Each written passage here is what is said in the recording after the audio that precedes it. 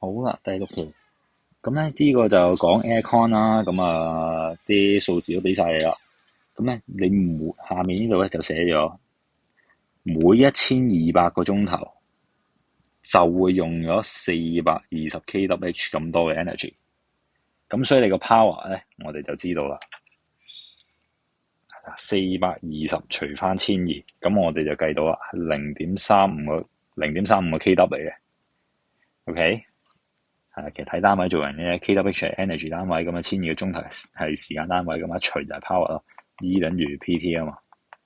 OK，咁你個 cooling cap 係2.54 kW 啦，咁計 COP 條式咧就係你個 cooling capacity over 你個 input power。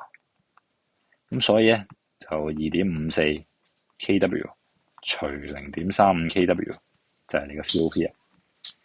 咁2.54除535啦，計7.26出嚟嘅，咁答案就係 C 啦。